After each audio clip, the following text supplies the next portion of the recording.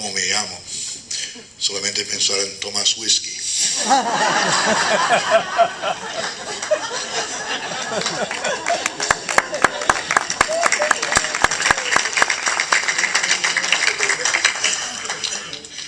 I have two tasks here at this podium. One is to offer an opening prayer and then to offer some reflections about Monsignor Walsh. So let us begin with those conditions worthy of human life to witness to that unique perspective that we have because of our experience, but also because of our faith. So I stand before you as a successor of Brian Walsh and a successor of Archbishop Coleman Carroll. I ask you to pray for me that I will fill those very big shoes and prove to be their worthy successor. So thank you very much. My pleasure and my honor to introduce someone that needs no introduction, certainly not in our community. Someone that with imagination, elegant and brilliant writing has made us laugh and has made us cry. But perhaps most important, someone that I think captures in his writing our common experience. In Waiting for Snow in Havana, the opening sentence is one that I still find as an extremely powerful sentence, and one that I think reflects how we all felt. The world changed while I slept, and much to my surprise, no one had consulted me. Please join me in welcoming Professor Carlos Eyre.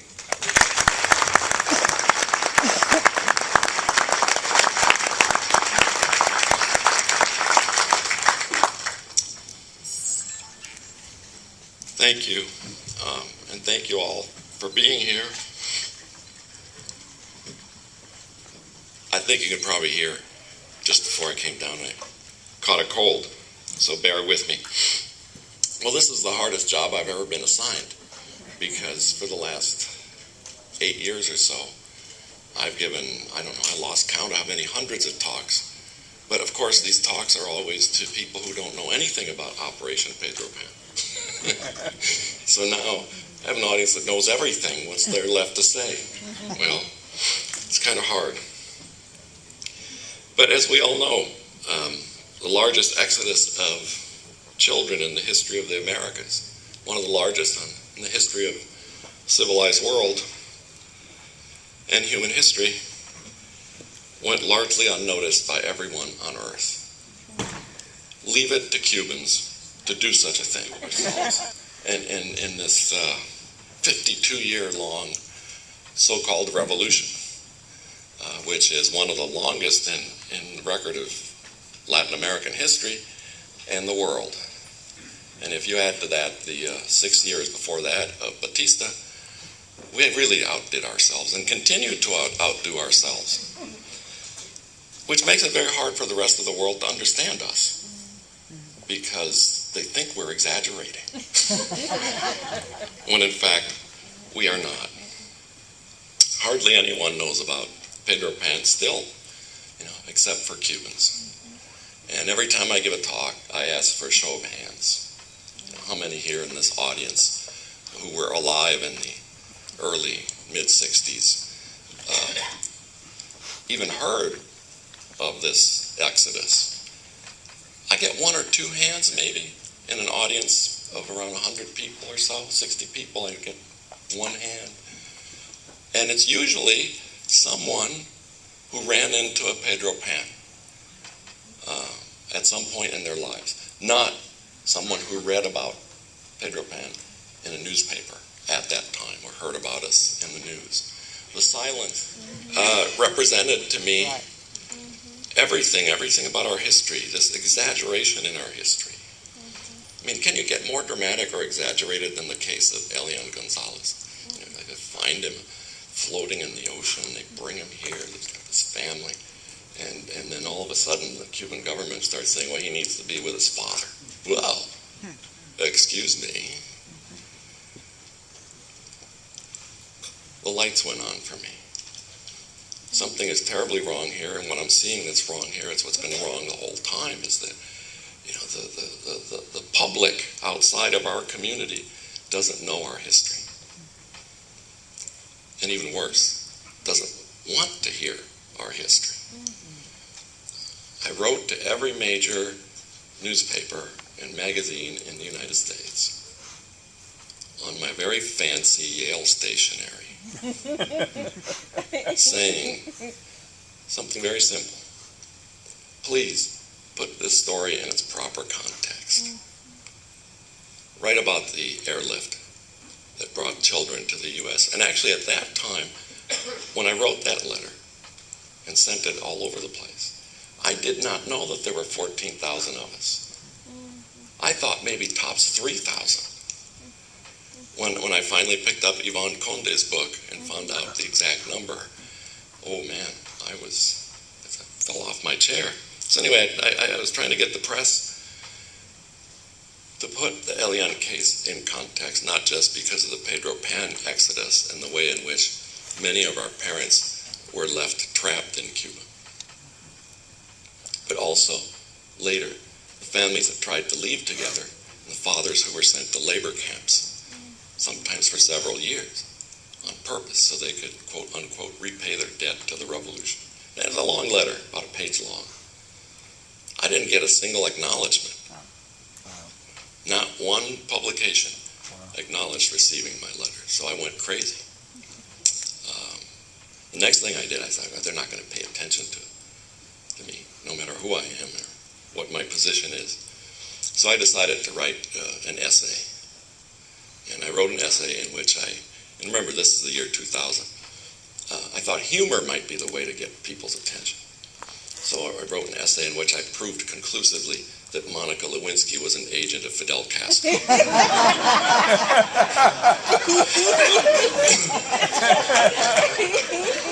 Which I don't have to tell you what the evidence is. I sent this story everywhere I thought I might publish a humor piece, and didn't get anywhere with that either. So I went really crazy. By that point, I had turned off my television, radio. I had stopped reading newspapers and magazines. I'd cut off all communication with news media and even told my dear old mother, no me digas nada sobre ese niño. No quiero saber. I didn't want to know how that would turn out. Of course, when it happened, it's the first thing she told me.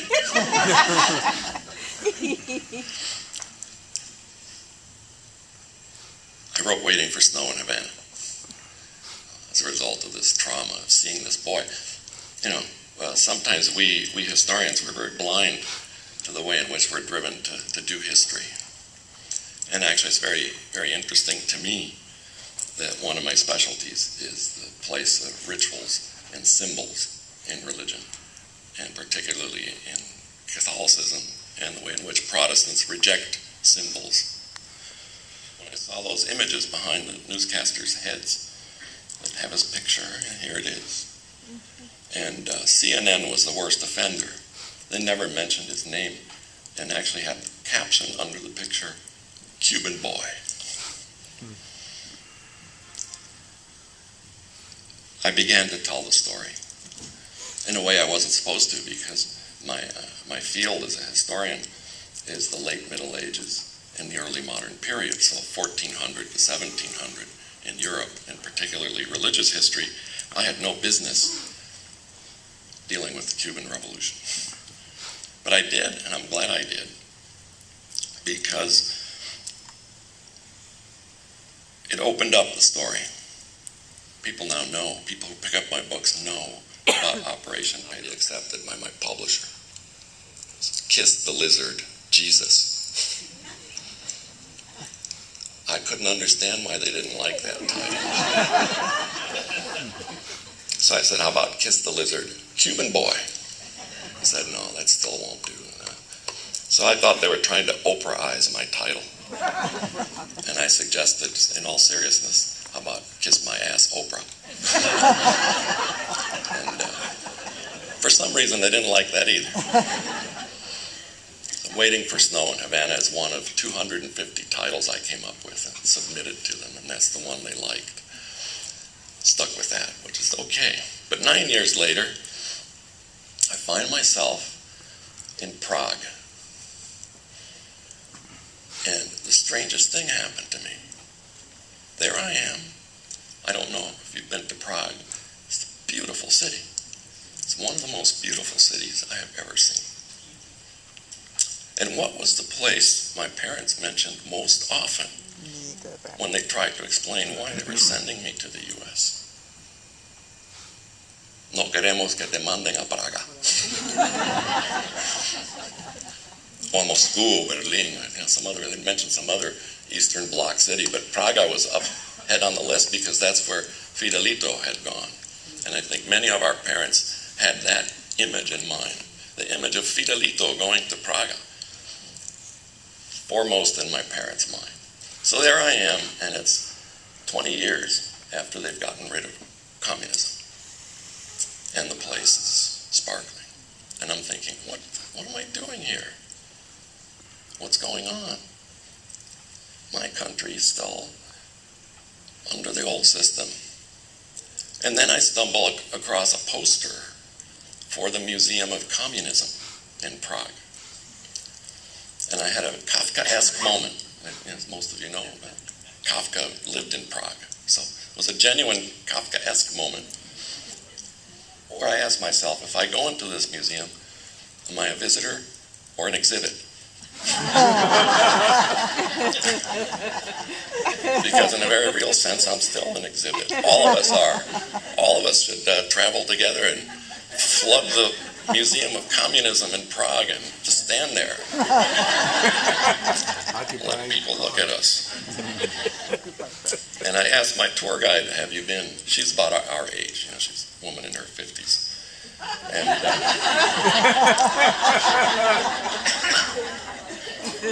maybe 40s, right? I asked her, have you been to the Museum of Communism? She said, I don't need to. I lived it. And she had that kind of voice too, so I wrote Learning to Die in Miami. The follow-up, the immigrant experience. I never felt as much of an exile as I did in Prague those 4 days I was there. Suddenly I realized I'm an exile. What am I? Am I an American visiting here? Am I a Cuban visiting here? What am I doing here? This is where I might have ended up. And if I had stayed there, well, I would have lived through 20 more years of communism, but then it would have been over.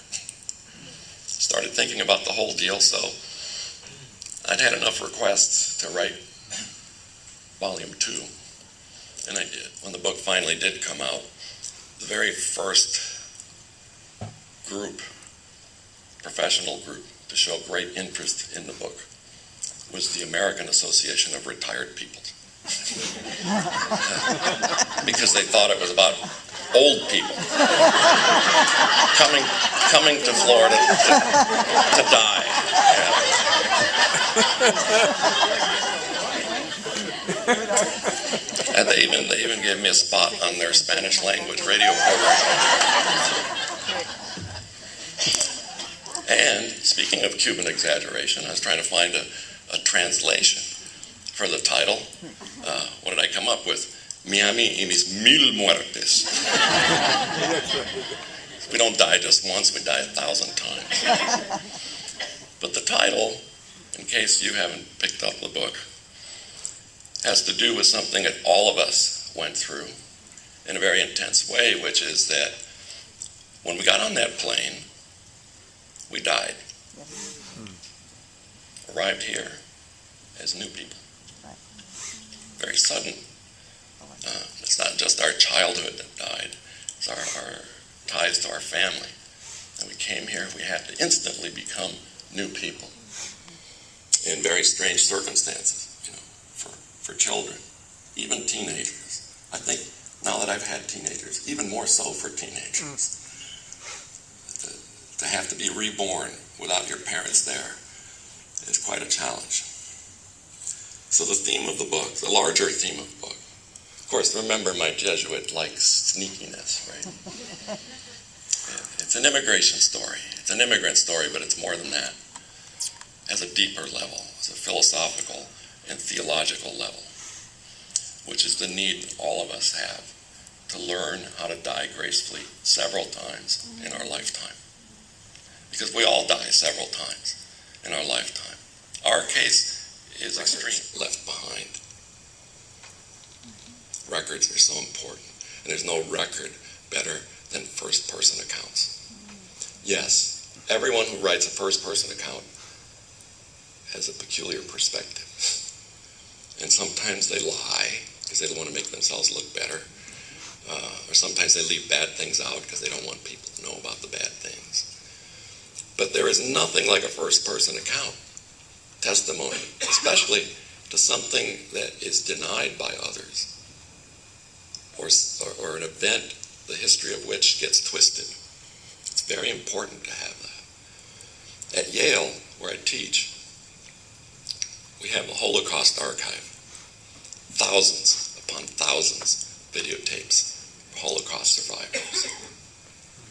Please don't get me wrong. I'm not comparing Operation Pedro Pan to the Holocaust. There's no comparing anything to that. But what I'm speaking of is the necessity to have records, eyewitness accounts for something that is denied or the history of which is twisted. And I think it's important, even if you're not thinking of publishing anything or selling it to Hollywood, it's important that we all leave behind our history for others to read. And I think it's one of the things that, our group can do is to be an archive for this and try to solicit, as is happening already.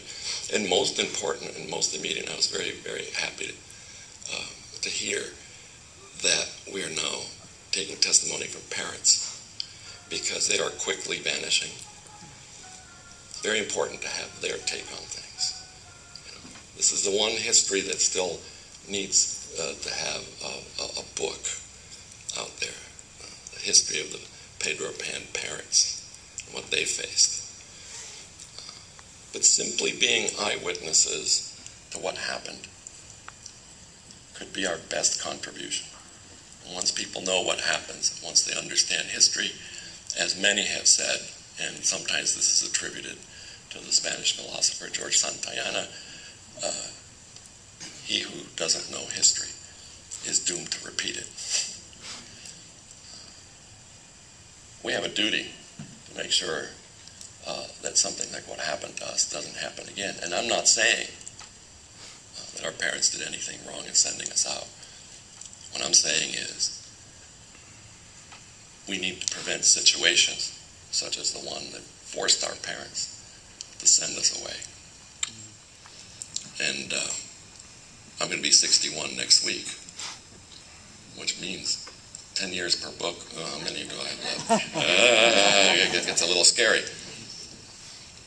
Waiting for Snow and Learning to Die each took me 3 months to write, without footnotes. So, and what do I do next? And now I'm two people. I'm the early modern historian, and I'm also a professional Cuban/Pedro Pan. Really serious historians are not supposed to write about themselves. With stories to tell, imagine what we can do. Every time, and I'll close with this, every time I come to Miami, I run into someone who is my alter ego. Find a Cuban my age who stayed and is now here. And I hear their stories. And I see what would have become of my life if I had stayed.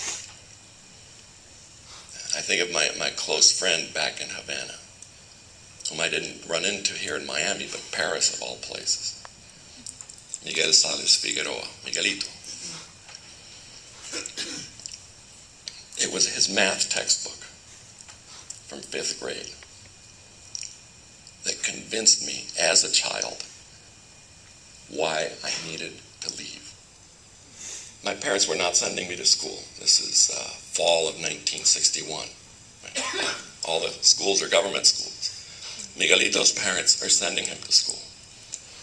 But I'm looking at his math textbook and I see the math problem, and I've memorized it. Before our glorious revolution, scumbag landlord used to charge Jose Hernandez so much for rent. After the urban reform, now our great leader Fidel Castro has straightened things out, and now Jose Hernandez only pays so much. What percentage reduction is there? And I thought, this is it. Forget it. Out of here. I need to go. Miguelito, and some of you may know of him, ended up spending 8 years in prison. And he was a plantado, right? And it's simply for saying the wrong thing to the wrong person. He ended up spending 8 years in prison.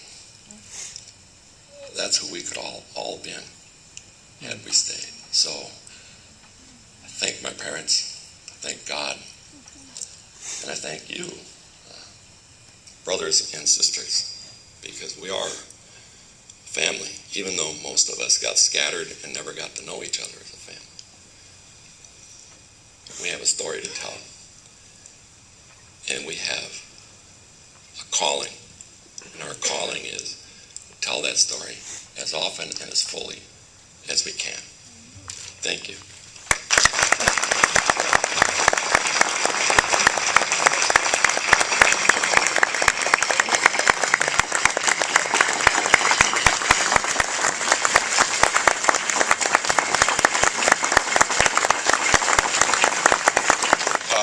And for over 40 years has been a major publisher, researcher in the field. I actually met him when I was working on my Pedro Pan project, and it was the first time I did it. He gave me a great help and great support. I quote him in the book, and then of course later when I was working on my Bay of Pigs book, I knew that he was a veteran, and so I sought him out, and he gave me another excellent interview that helped tremendously. And of course,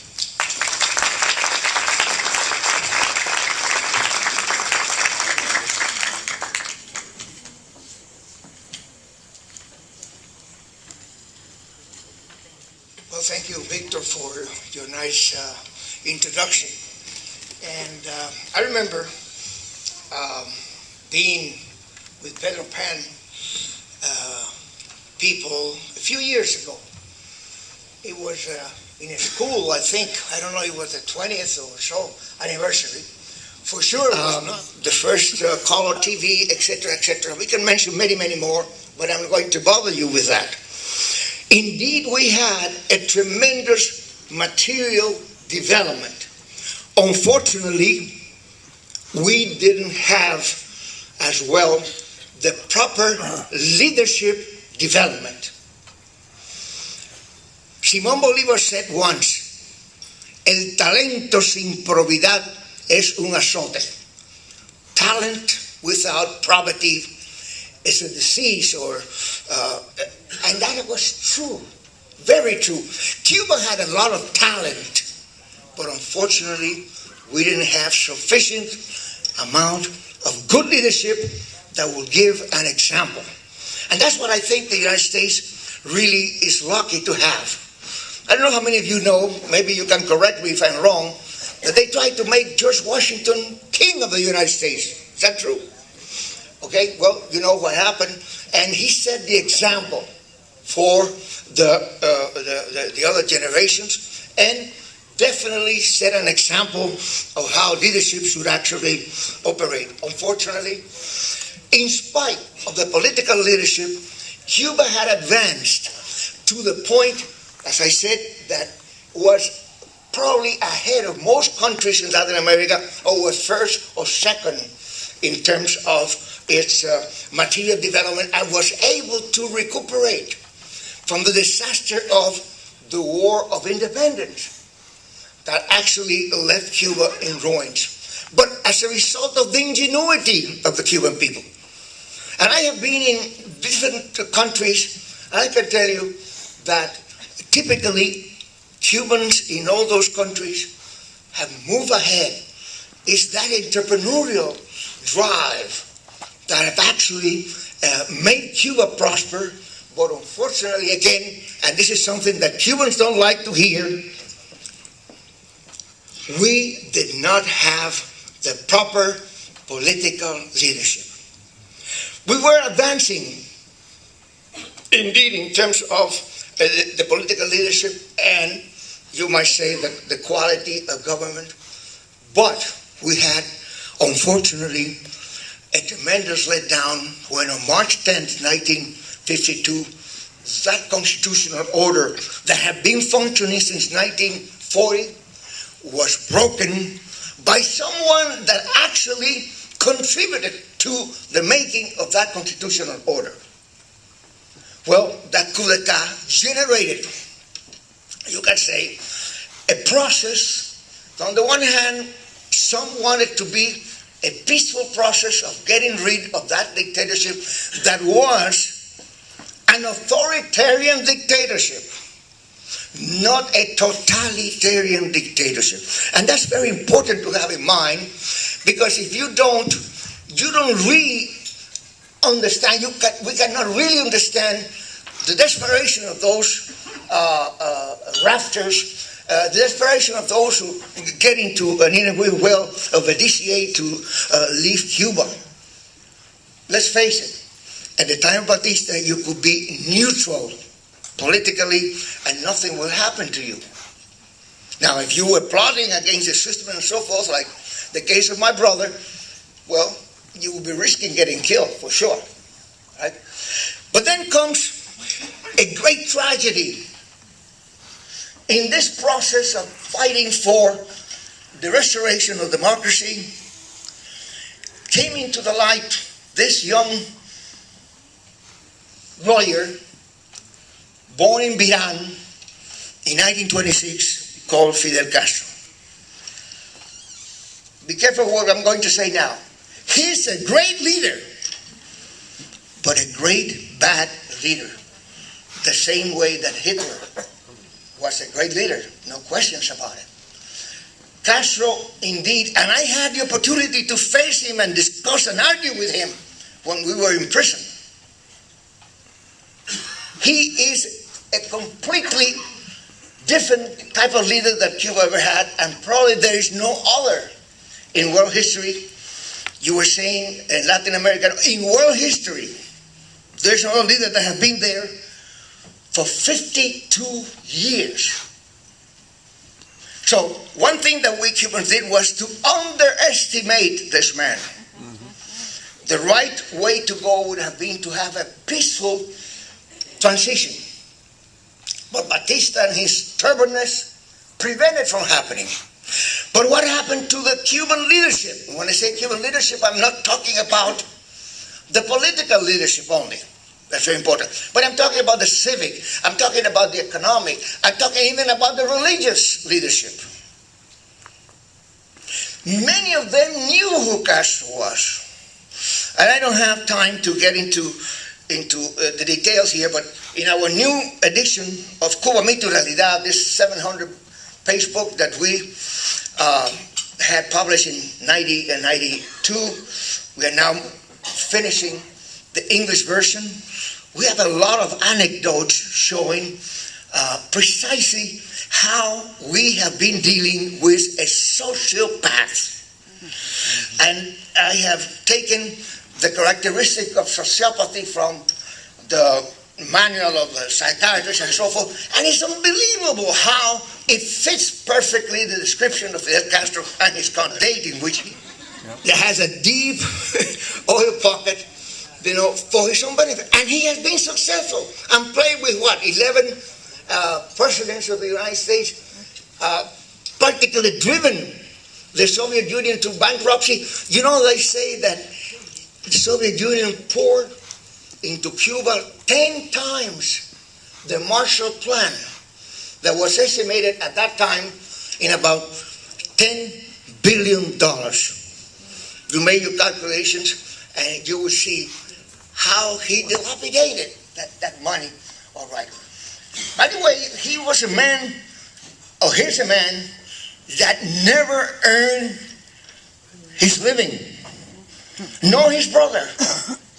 He was always kept by his father, by the money his father was sending, who was a rich Galician farmer that always supported him. He never had to go to work while at the University of Florida, but had this tremendous ambition, tremendous determination that was definitely underestimated by that Cuban leadership. And that's our great sin of the Cuban people. Many believe that some of those leaders that went up to the Sierra Maestra, that actually knew very well who he was, should have never gone there. So this is what they call a betrayal of the intelligentsia, of the Cuban intelligentsia, that could have done something to prevent him from getting into power. And later on, in 1959, united their efforts with people who had moral authority to actually prevent his consolidation. That would have been the time to stop him. Again, we don't have time to elaborate into that. But let's go into 1959, 1960 very briefly. I do believe, as I said, that he is not a communist. He's a Castroist that has used the communists. He was defeated in Washington when Kennedy gave the instruction to actually reduce the air attacks from 16 on the first day to only 8. Well, arriving, as I said, to 1960, the end of 1960, the whole process of totalitarian control continued to take place. The confiscation of the big property owners. Many Cubans say, oh, ese es el grande, a mí más chiquito no me va a pasar nada. Well, wait and see what's going to happen. And that's what happened in 1968, that he eliminated all the private property in the urban areas, and of course the big agricultural enterprises were eliminated already by 1960. And the end product is what? That Cuba, that was the #1 producer and exporter of sugar in the world, has now to import sugar to give to its people. Cuba, that had the 80% of the food for the people produced in the island, now has to import 80%. And by the way, the U.S. is the #1 supplier of food to Cuba, in case you're not aware of that. So this brings us to the situation of Pedro Pan. Pedro Pan happened, and I remember at the beginning when parents were actually concerned about the patria potestad. Everybody understands what that means? That actually the patria potestad, in other words, the power of the parents over the children, etc., would be eliminated. That there was going to be a law on that line, and that children would be sent to the Soviet Union. Well, that never happened formally, but informally it did happen when he got complete control of the educational system, and that happened by May of 1961. Actually, all schools came into the control of the were confiscated. I don't know if religion could do that. Eventually, we are hearing about this pilgrimage of the La Virgen de la Caridad throughout Cuba. I don't know. I hope that La Virgen de la Caridad will have mercy of the poor Cuban people. You have seen what happened to this beautiful lady, or las damas de blanco. In my opinion, she was murdered. She was murdered. The same way that they tried to murder Father, excuse me. They tried to kill him because he not only became, a real troublesome person because of his charisma that he had with the youth, but he was always there praying for the political prisoners, etc. Well, they tried to eliminate him first when he was put in prison in 1965, and later in the 80s when they tried to kill him with a truck that actually ran over him. Victor Andres Triay teaches at Middlesex Community College, about 25 miles north of where I live. Less than that, I think. So we're neighbors in Connecticut. 2 Connecticut Cubans. Victor also needs no introduction, no lengthy introduction anyway. His first book on Operation Pedro Pan cracked the ice, cracked the silence, and opened up an area that was not there before. His second book, Oral History of the Bay of Pigs, also made great headway, breaking the silence and correcting many things that are misperceptions in the broader culture. And he's here today to speak to us about Operation Pedro Pan, from small plan to largest children's exodus in the Western Hemisphere. Big position that I am when I teach 11 o'clock classes, that everybody starts getting hungry. So if you want to get up and eat something, I guess. No, nothing. You mind if I move this just a little bit? I talk loud anyway. Can you hear me? Yeah, beautiful. Most of the people in the audience know nothing, so I have to start from scratch and, from step one, and I can go in and out. But of course today, she very graciously said, yes, you can bring all the children you want. They could use the rooms here while the girls are away, but they have to be out by January 6th. He said, no problem. At least I'm good till January 6th. But they didn't know if 125 children were going to show up at once, if they were going to come over several days. And there was a reason to think they'd all come at once, because you know how these dates were.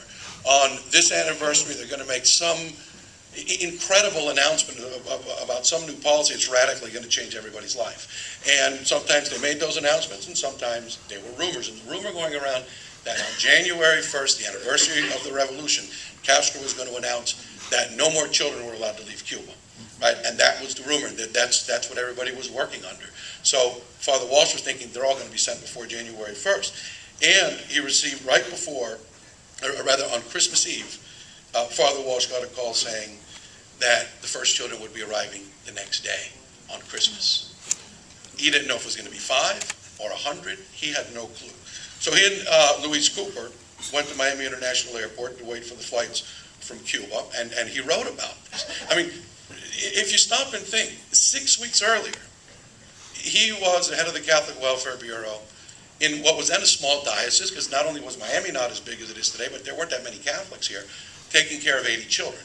All of a sudden, he's involved in this whole secret. He was communicating with Mr. Baker via the diplomatic pouch, because there was this whole secretive aspect to it. I mean, his entire role in life radically changed within 6 weeks. And he wrote about this, about waiting at the airport that day. He said, quote, by this time, we ourselves became emotionally involved. Sorry, I can't read with my glasses anymore. It's getting old.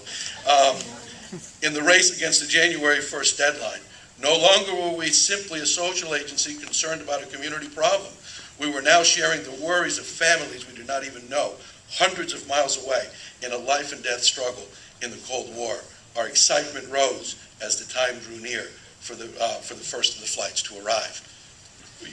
I mean, you can imagine his emotional state. Now, no flights came that day with children, but Walsh was able to work out arrangements with the INS, telling them there are going to be children coming, relationships that are going to last for the duration of Operation Pedro Pan. Anyway, the following day, December 26th, the first children showed up asking for Father Walsh, brother and sister Sixto and Vivian Aquino. Over the next several days, more and more children came in asking for Father Walsh, and Walsh asked for the money from Tracy Voorhees, said, it's beyond our ability to deal with it, fork over the federal money. And of course, it's going to take a little while, but it will get there. But one of the things that, and when I teach my history classes, I always say, sometimes you're going down this way, and all of a sudden some other question comes up, or some avenue opens that nobody expected. And it started out innocently enough, Walsh's whole relationship with the State Department. None of the children that had come during that last week in December had come with a student visa, even though Walsh had sent them. And so finally, Mr. Baker called Father Walsh, which they agreed to only communicate via the diplomatic voucher, but it was urgent, and told him that the embassy was, most of the children had shown up with tourist visas. Remember, the embassy was still open, or other means, or other documentation. But Mr. Baker explained to Father Walsh that the problem was that the embassy was holding up the application. And they were holding them up because the letter Walsh had sent accepting responsibility maybe needed to have more to it. And he was told to call Frank Auerbach at the State Department in Washington to solve this problem. And so Father Walsh called Mr. Auerbach, and Mr. Auerbach said, well, Father, that's all well and good, but we need something more. We need an agency to accept ultimate responsibility for the children. Right? And so I would imagine Father Walsh said, well, what do you need? He said, well, we need a letter that says this, this, and this. And of course, this had to be done right away. And so Father Walsh, very low on the church hierarchy, not of the great prestige he had later, he was still a young man, without consulting his superiors, which he was, a little bit nervous about, went ahead and wrote this letter to Frank Auerbach. And this was a bold decision. This, and then of course, not too long after that, remember, there were no cell phones or text messaging then. If you weren't by a phone, you didn't get a message. Apparently, somebody was trying to call Father Walsh from Washington during these hours, and they got the bishop instead. And, Walsh, and this is Walsh from his interview with me, quote, one day I came back to my apartment and the archbishop was calling. Where have you been? I've been trying to call you all day. So I said, probably a typical Walsh answer, I've been doing your work. What's going on? Just saying, nice to hear from you. The archbishop, or the bishop said, this fellow from the State Department, Auerbach, has been trying to call you, and somehow he got hold of me. He wants to talk to you about some children from Cuba. And Walsh said, oh yeah, I know what that's about. It's about yourself that you've never displayed. And later you find out they were probably right somehow. But anyway, he did have the backing and of the diocese. But anyway, meanwhile, within the next few days, one way or another, the embassy's closed. And the whole plan of student visas went by the wayside because the conventional means of getting documentation, of course, ended. There was no U.S. embassy in Havana any longer. And Mr. Baker left Cuba upon the closing of the embassy. And as far as anybody knew, it was over. That's it, the whole thing to get children out of Cuba. Who couldn't live with their families for one reason or another. And I want to emphasize that because there were a lot of families leaving Cuba, but these were those special cases. But Mr. Baker knew it would continue because Mr. Baker had a plan to continue doing this. Mr. Baker had left the secret committee in Cuba to keep the program going. Some of these people were very well-connected people connected not just to Ruston, but to higher levels in the diplomatic corps, etc. And the plan was that this secret committee in Havana would use their connections with embassies, international airlines, etc., to get the children visas to fly to Jamaica. My whole life, if you didn't have a visa waiver, you could still leave on a visa waiver without having one, if you knew how to do it.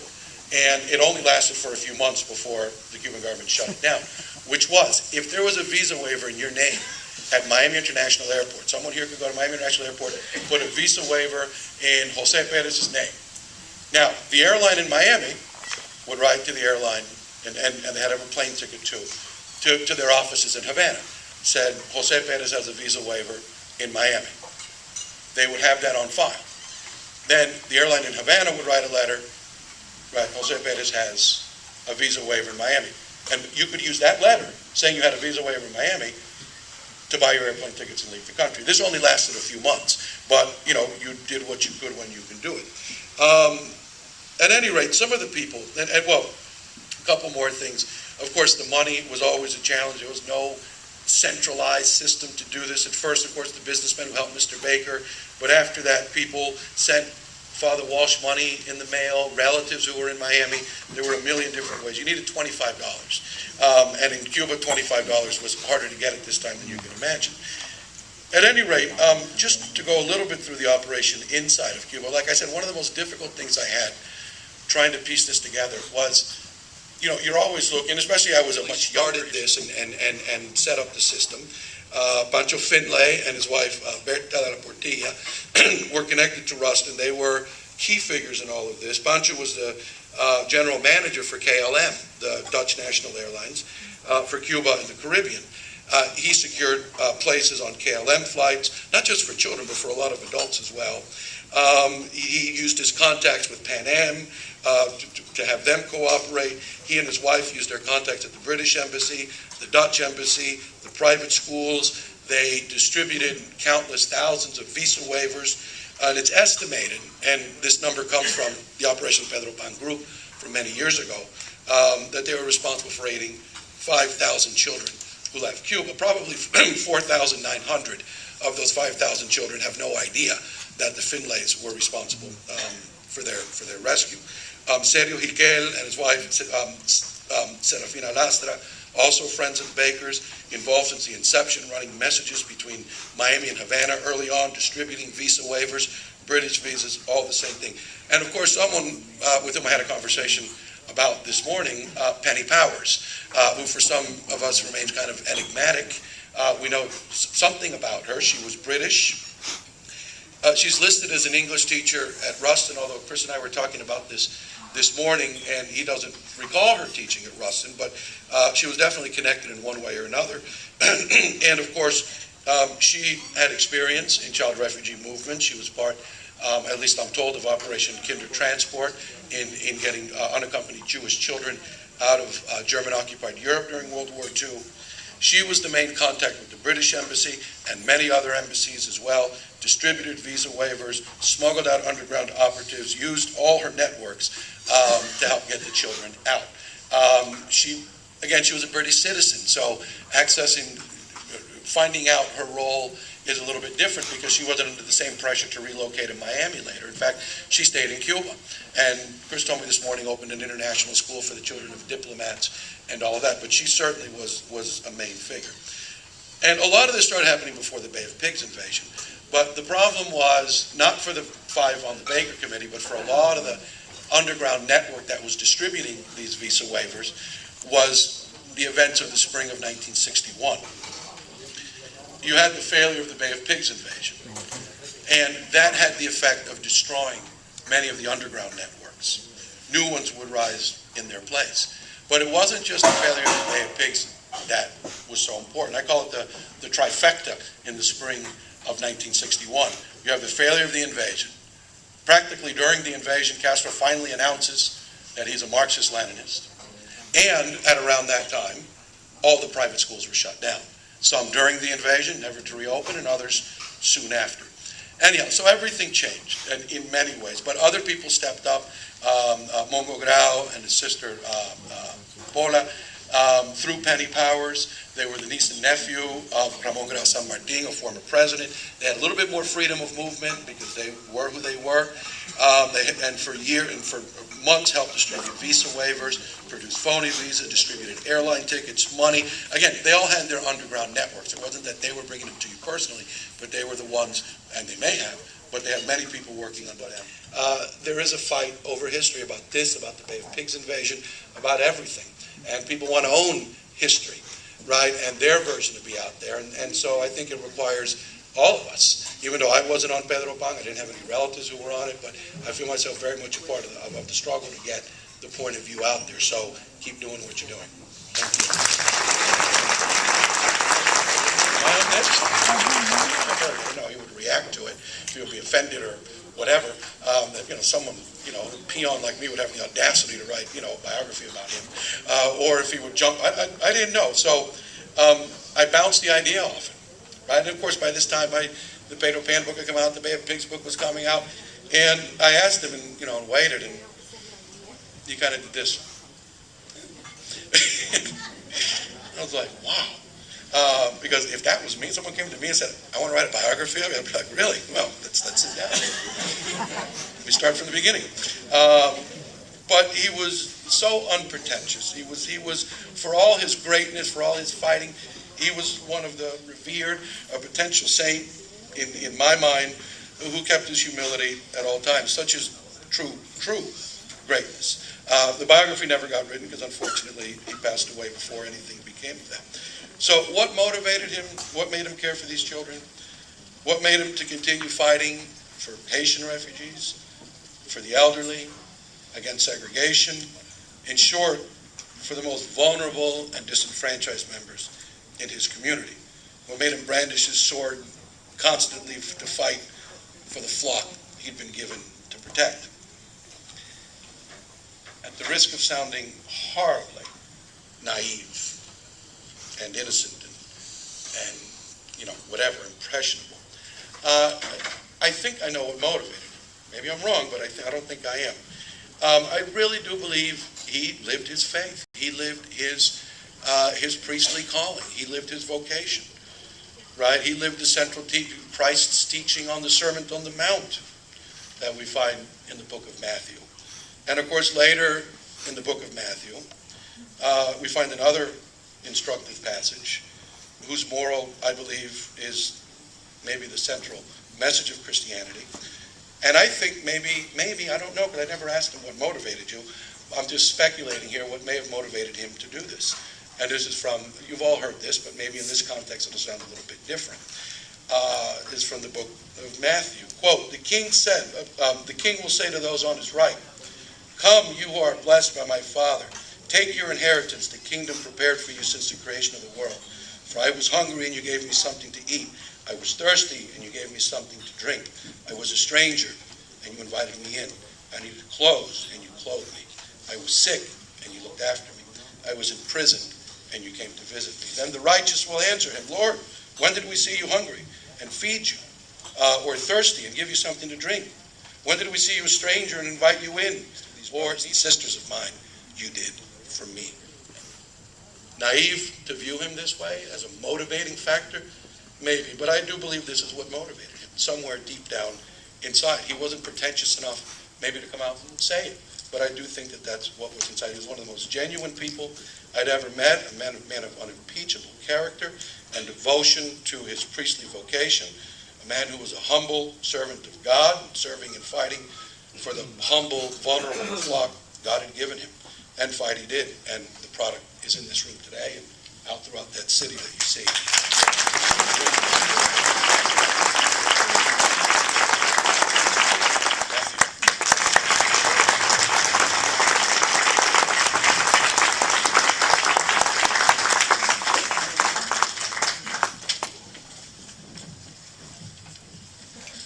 She's the South Africa, Scotland, Ireland, and the US. We thank you for keeping Uncle Brian's memory alive and in your hearts.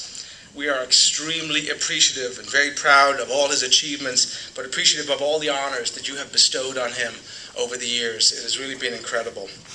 So we all know how much Monsignor Brian loved to fly his plane, even from a very early age.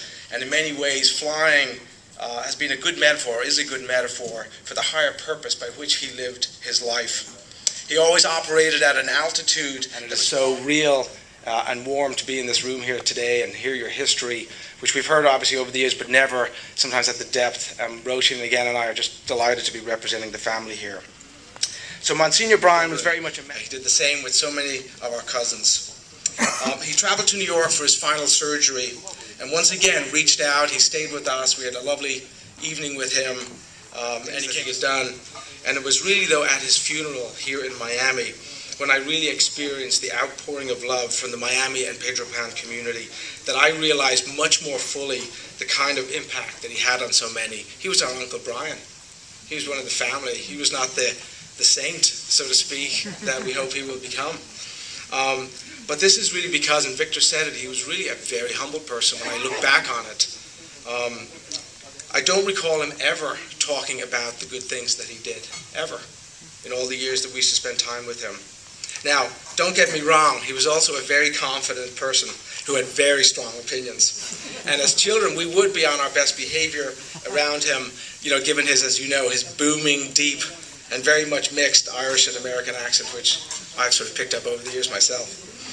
So my mother used to tell us about the many masses that she would attend with her brother, and they attended growing up, and how he would sing the hymns at the top of his lungs, for those of you who remember him. Now, he had many talents. Singing was not one of them. But the beautiful thing about this story is that he knew he didn't have a pleasant voice to the ear, but he really believed that hymns were prayers and that you should give your all when praising or talking to God. I'm going to share with you, Brian was the eldest in the family and I'm the youngest. All the mischief was contained in my sisters and me. He was a model son and never put a foot wrong. My mother had a lovely story about the occasion he took when he took her to Paris. She was very excited as she had studied French as a girl, and this was her very first flight. Of course, she was quite nervous too, and after takeoff, she searched in her handbag for her rosary beads. But instead of comforting words, all that she heard was, "It's too late for that now. We are 20,000 feet in the air." I recalled his words many years later when we traveled with no harsh words, there were no recriminations. He knew how I was suffering, and that was enough for him. I had learned my lesson. During my 4 years in Miami, he was always there for me, and even though he had little interest in sport, he made a great effort to be informed about my favorite sport teams and how they were doing. He was a great communicator, but he was also a great listener. And the last quick reflection is from my cousin Jenny in Australia.